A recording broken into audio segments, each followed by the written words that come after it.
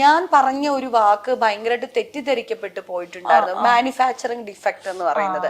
അത് ശരിക്കും പറഞ്ഞാൽ അവന്റെ സ്വഭാവത്തിനെയാണ് ഞാൻ ഉദ്ദേശിക്കുന്നത്. എടാ നീ ഒരാള് ക്രൂരമായിട്ട് പെരുമാറുന്നു, അത് അയാളുടെ ഒരു സ്വഭാവമല്ലേ. അത് ആ ഒരു സെൻസിൽ, അതായത് ഇപ്പൊ നമ്മള് മേക്കപ്പ് ചെയ്യുമ്പോൾ, ഞാൻ അപ്പൊ പറയുന്നത് തന്നെ ഇപ്പോഴും പറയാം, നമ്മള് മേക്കപ്പ് ചെയ്യുമ്പോൾ മൂക്ക് വളഞ്ഞിട്ടാണ് ഇരിക്കുന്നത്, ഓ ഇത് മാനുഫാക്ചറിങ് ഡിഫക്റ്റ് ആണോ നമ്മൾ തമാശയായിട്ട് പറയില്ലേ. അത്രയും ഞാൻ അതിന് ആ ഒരു ലാഘവത്തിലാണ് ഞാൻ പറയുന്നത്. നിന്റെ സ്വഭാവം കൊള്ളാത്തത്, നിനക്ക് ജന്മത്തിലെ നീ ഇങ്ങനത്തെ ഒരു സ്വഭാവമാണ്, ഹേർട്ട് ചെയ്യണമല്ലോ. നിങ്ങൾ ആലോചിച്ച് നോക്കൂ, അവൻ ഹേർട്ട് ചെയ്തതിന്റെ ഒരു 10,000-ൽ ഒരു അംശം ഞാൻ തിരിച്ച് ഹേർട്ട് ചെയ്തിട്ടുണ്ടോ? പിന്നെ ചേച്ചി കെട്ടിപ്പിടിച്ച് ആ വാക്ക് ഭയങ്കരമായിട്ട് പോയി. അതുകൊണ്ടാണ് റിയാസിനെ ഞാൻ 2 പ്രാവശ്യം ഇമിറ്റേറ്റ് ചെയ്തപ്പോ റിയാസിന് അത് സഹിക്കാൻ പറ്റിയിട്ടില്ല.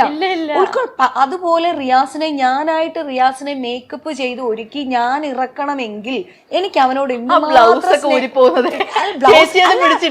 അല്ല ഇടിച്ചിട്ട് കൊടുക്കല്ല, റിയാസിന് കോസ്റ്റ്യൂം ബാത്റൂമിൽ കൊണ്ടുപോയിട്ട് ഉടുപ്പിച്ച് അവനൊരു പെറ്റിക്കോട്ട് പോലെ ഒരു ബനിയനൊക്കെ ഇട്ടിട്ടാണ് പിന്നെ ബ്ലൗസ് ഒക്കെ ഇട്ടത്. ഇത് ഇങ്ങനെ പറ്റില്ല എന്ന് പറഞ്ഞിട്ട് ഞാനാണ് വാഷ്റൂമിൽ കൊണ്ടുപോയി അവനെ കോസ്റ്റ്യൂം ചെയ്ത് മേക്കപ്പ് ചെയ്ത് കൊടുത്തു, എന്താ പറയാ മുടി കുങ്കുമം വെച്ചു കൊടുത്തു. ഞാൻ ഇങ്ങനെയാ സാരി ഉടുക്കാന്നുള്ള സാരിയൊക്കെ ഉടുപ്പിച്ചു കൊടുത്ത് ഒരുക്കി ഇറക്കി കൊടുത്തത് ഞാനല്ലേ. എനിക്ക് എന്തെങ്കിലും പ്രശ്നം ഉണ്ടെങ്കിൽ ഞാൻ അങ്ങനെ ചെയ്യോ. എന്നിട്ട് എന്ത് ചെയ്തു, ഞാൻ അവനെ ഇമിറ്റേറ്റ് ചെയ്തതും ഇല്ല. അപ്പം എന്റെ മനസ്സിൽ ആ ഒരു സ്നേഹം ഉള്ളത് കൊണ്ടാണ് ഞാൻ ഇമിറ്റേറ്റ് ചെയ്തത്. റിയാസിന്റെ ഗ്രാഫ് ചേഞ്ച് ആയത് ആ ഒറ്റ എപ്പിസോഡില്. പക്ഷേ എനിക്കത് തിരിച്ചു ചെയ്യാൻ അറിയാൻ പാടില്ലല്ലോ, ഞാനത് വിട്ടുകൊടുത്തു. എൻജോയ് ചെയ്തിരുന്നത് തീർച്ചയായിട്ടും എൻജോയ് ചെയ്തു. ഞാനെന്ന് വെച്ചാൽ ഈ കോമഡി, ട്രോള്, ആരോഗ്യപരമായതെല്ലാം ആസ്വദിക്കുന്ന ഒരു മനുഷ്യനെ കുത്തി നോവിപ്പിക്കുന്നതല്ല. അപ്പം അതെല്ലാം ആസ്വദിക്കുന്ന ഒരാളാണ്. അപ്പം അതാണ് എനിക്ക് ഞാൻ പറഞ്ഞ വാക്ക് തെറ്റിദ്ധരിക്കപ്പെട്ടു പോയി എന്നുള്ളത്. ആ ഒരൊറ്റ വാക്ക് മാത്രമേ എനിക്ക് വേഷമായിട്ടുള്ളൂ. പിന്നെ എന്താ ചോദിച്ചാൽ അടുത്തത് എന്തായിരുന്നു? രണ്ടാമത്തെ ആളുകൾ ചേച്ചിനെ സ്വീകരിക്കാൻ കാരണം എന്റെ ജെനുവിനിറ്റി തന്നെയാണ്. അതായത് എനിക്കൊരു PR ഉണ്ടായിരുന്നില്ല, എനിക്ക് ഫാൻ പേജസ് വളരെ കുറച്ച് ഫാൻ പേജസ് മാത്രമാണുള്ളത്. എനിക്ക് വോട്ട് ചെയ്തതൊക്കെ വീട്ടമ്മമാരാണ്, അമ്മൂമ്മമാരാണ്, അപ്പൂപ്പന്മാരാണ്, അച്ഛന്മാരാണ്, പ്രായമുള്ളവരാണ്, കുടുംബങ്ങളിൽ നിന്ന് വന്നാണ്. അവരെല്ലാവരും അത്രത്തോളം സോഷ്യൽ മീഡിയയിൽ ആക്റ്റീവ് ആയിട്ടുള്ളവരൊന്നും ആയിരുന്നില്ല. അത്രയും ദിവസവും ലക്ഷ്മിപ്രിയ എന്ന് പറയുന്ന ഞാൻ നിന്നു എങ്കിൽ അത് തീർച്ചയായിട്ടും എന്റെ ജെനുവിനിറ്റി കൊണ്ടാണ്. ഞാൻ എന്റെ ജീവിതത്തിൽ എങ്ങനെയാണോ അത് തന്നെയാണ് ഞാൻ അവിടെ നിന്നിട്ടുള്ളത്.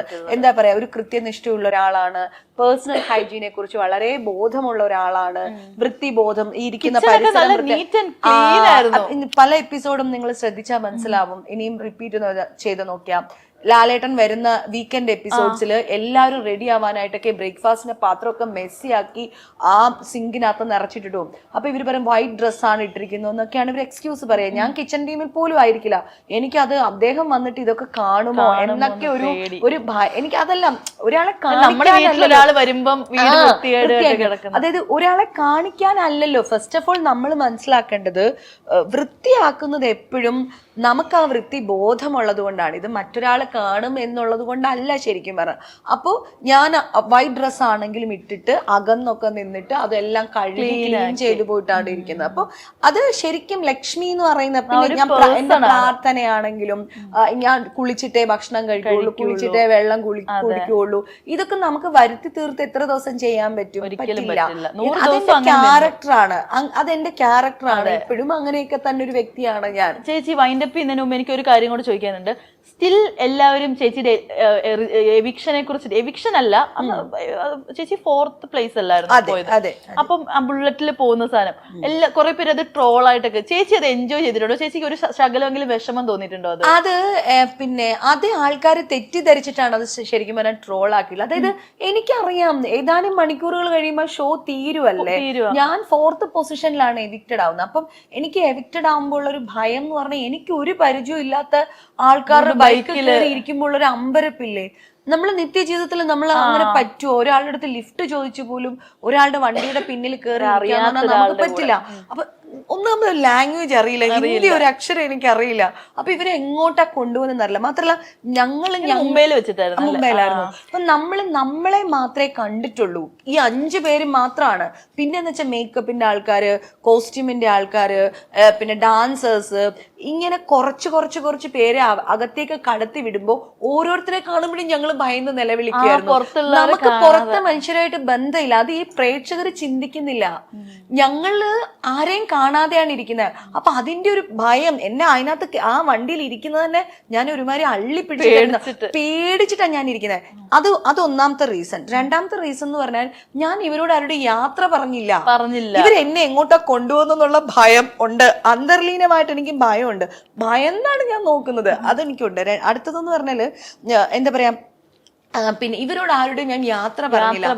ഹൗസിനോട് പോലും ഒന്നും യാത്ര പറഞ്ഞില്ല. പെട്ടെന്ന് അങ്ങനെ പോയപ്പോ എനിക്ക് അയ്യോ, ലാലേട്ടൻ തന്നെ പറഞ്ഞിട്ട് ആ ഇമോഷൻ എന്നിൽ ഭയങ്കരമായിട്ട് ബിൽഡ് ചെയ്തിട്ടുണ്ട്. ഇത് നിങ്ങൾക്ക് വേണ്ടിയിട്ട് ഉണ്ടാക്കിയ വീടാണ്, നിങ്ങൾ ഇറങ്ങി കഴിയുമ്പോൾ ഈ വീട് നശിക്കപ്പെടും. അപ്പൊ ഇനി ഒരിക്കലും ഒരു ലൊക്കേഷൻ ആണെങ്കിൽ പോലും നമ്മൾ പിന്നീട് എപ്പോഴെങ്കിലും ആ വീട്ടിലേക്ക് തിരിച്ചു വരും എന്നൊരു പ്രതീക്ഷ നമുക്കുണ്ട്. അതേസമയം ഈ ബിഗ് ബോസ് ഹൗസിലേക്ക് ഞാൻ ഒരിക്കലും ആ വീട്ടിലേക്ക് ഇനി ആർക്കും ചെല്ലാൻ പറ്റില്ലല്ലോ. അപ്പം അതെനിക്ക് ഭയങ്കര എനിക്ക് ഹൃദയത്തിൽ തറച്ചിട്ട് കിടപ്പുണ്ട്. അപ്പൊ അതൊരു കാര്യം. അടുത്തെന്ന് പറഞ്ഞാൽ ഇവരോട് ആരുടെയും യാത്ര പറഞ്ഞില്ല. ഏറ്റവും ഇമ്പോർട്ടന്റ് ആയിട്ടുള്ള വേറൊരു കാര്യം വെച്ചാൽ മാതങ്കി എന്ന് പേരിട്ട് ഒരു ചെടി, ഒരു കുഞ്ഞു ചെടിയാണ് അത് എടുക്കാൻ പറ്റില്ല. അതെനിക്ക് അവരെ ഒന്ന് ഏൽപ്പിക്കാൻ പോലും പറ്റില്ല. എന്റെ വിചാരം അവരിറങ്ങി വരുമ്പോ ഇതും കൊണ്ട് വരുമ്പോ എന്റെ സങ്കല്പം. അപ്പൊ ഞാൻ അങ്ങനെയൊക്കെ പറഞ്ഞും വെച്ചിരുന്നു. അപ്പൊ അത് കൊണ്ടുവരണേന്ന് എനിക്ക് അവരെ ഓർമ്മിപ്പിക്കാൻ പറ്റിയില്ല. ഈ 3 കാര്യങ്ങൾ കൊണ്ടാണ് ഞാൻ തിരിഞ്ഞു നോക്കിയത്. അല്ലെങ്കിൽ എനിക്കെന്താ ബോധമില്ലേ, ഏതാനും ഒരു 1 hourന്റെ ഉള്ളിൽ ഷോ വൈൻഡപ്പ് ആയി. 1 or 2 hours അതിന്റെ ഉള്ളിൽ അവരെല്ലാം പുറത്തേക്ക് വന്നു, കഴിഞ്ഞു, ഷട്ട് ഡൗൺ ചെയ്തു. പിന്നെ എന്തിനാണ് അവിടെ കെട്ടിപ്പിടിച്ച് കിടക്കുന്നത്, എന്തിനാ? അല്ലെങ്കിൽ എനിക്ക് പിന്നെ എന്തിനാ വിഷമിക്കുന്നത്, എന്തിനാ? അത് ആരും ചിന്തിക്കുന്നില്ല. ചലഞ്ചർ ആയിട്ട് വിളിച്ചിട്ടുണ്ടോ ചേച്ചിനെ? വിളിച്ചിട്ടില്ല. ഇല്ല. വിളിച്ചാൽ ഡെഫിനറ്റ്ലി എനിക്കൊരു ചാലഞ്ചർ ഒക്കെ ആവാൻ പറ്റുമെന്നൊന്നും എനിക്ക് അറിയില്ലെങ്കിലും ബിഗ് ബോസ് എന്ന് പറഞ്ഞ ഷോയിലേക്ക് വിളിച്ചാൽ ഞാൻ ഇനിയും പോകും.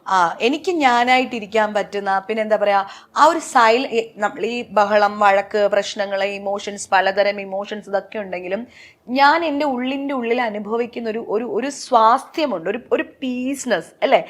ഞാനും എൻ്റെ ഇന്നർ സോളുമായിട്ട് കണക്റ്റഡ് ആയിട്ടിരിക്കുന്ന, ഈ കാട്ടിലൊക്കെ പോയി തപസ്സൊക്കെ ഇരിക്കുന്ന പോലത്തെ ഒരു ഫീല് എൻ്റെ ഉള്ളിൽ. കാരണം എനിക്ക് ആരും ഇല്ല, എനിക്ക് ഇവരാരും, എൻ്റെ കൂടെയുള്ളവരെ വിശ്വസിക്കാൻ പറ്റില്ല, ഇവരോട് എനിക്ക് ഒരു അഭിപ്രായം ചോദിക്കാൻ പറ്റില്ല. ഈ ശരി തെറ്റുകളെല്ലാം നമ്മളോട് തന്നെയാണ് ചോദിച്ച് കറക്റ്റ് ചെയ്യുന്നത്. അപ്പം അതുള്ളത് കൊണ്ട് അങ്ങനെ ഒരു ചാൻസ് ഇനിയും വന്നാലും തീർച്ചയായിട്ടും ഞാനത് ചൂസ് ചെയ്യും. അപ്പൊ എന്തായാലും ചേച്ചി ഒരുപാട് സന്തോഷം. നമുക്ക് ടൈം ലിമിറ്റഡ് ആയതുകൊണ്ട് നമുക്ക് നന്നായി ലിമിറ്റഡ് ആയത്, എനിക്ക് പോണം. അത് ചേച്ചിയുടെ ടൈം ലിമിറ്റഡ് ആയതുകൊണ്ട് ഞങ്ങൾക്ക് സമയമുണ്ട് ആണല്ലേ. അപ്പൊ എന്തായാലും ചേച്ചി ഒരുപാട് സന്തോഷം. ഓക്കെ മോളെ. അപ്പൊ എന്തായാലും ഇനി വരാൻ പോകുന്ന പ്രോജക്ട്സ് നമ്മുടെ മൂവിക്കും എല്ലാത്തിനും നന്നാവട്ടെ. ഓക്കെ മോളെ. അൾട്ടിമേറ്റ്ലി എനിക്ക് കാണണം ചേച്ചിനെ. അയ്യോ, അവര് വിളിച്ചാൽ ഞാൻ പോകും തീർച്ചയായിട്ടും. അപ്പൊ എന്തായാലും മോൾക്കും ഒത്തിരി കല്യാണം കഴിഞ്ഞു അല്ലേ. അപ്പൊ എനിക്ക് അതിന്റെ സന്തോഷമുണ്ട്. എന്താണെങ്കിലും ഹസ്ബൻഡും വൈഫും ആയിട്ട്, നിങ്ങൾ രണ്ടുപേരുമായിട്ട് പുതിയ വീട്ടിലേക്ക് എന്തായാലും വരണം. ഞാൻ സ്വാഗതം ചെയ്യും. ഉറപ്പായിട്ട്. Okay, thank you so much. Okay, thank you.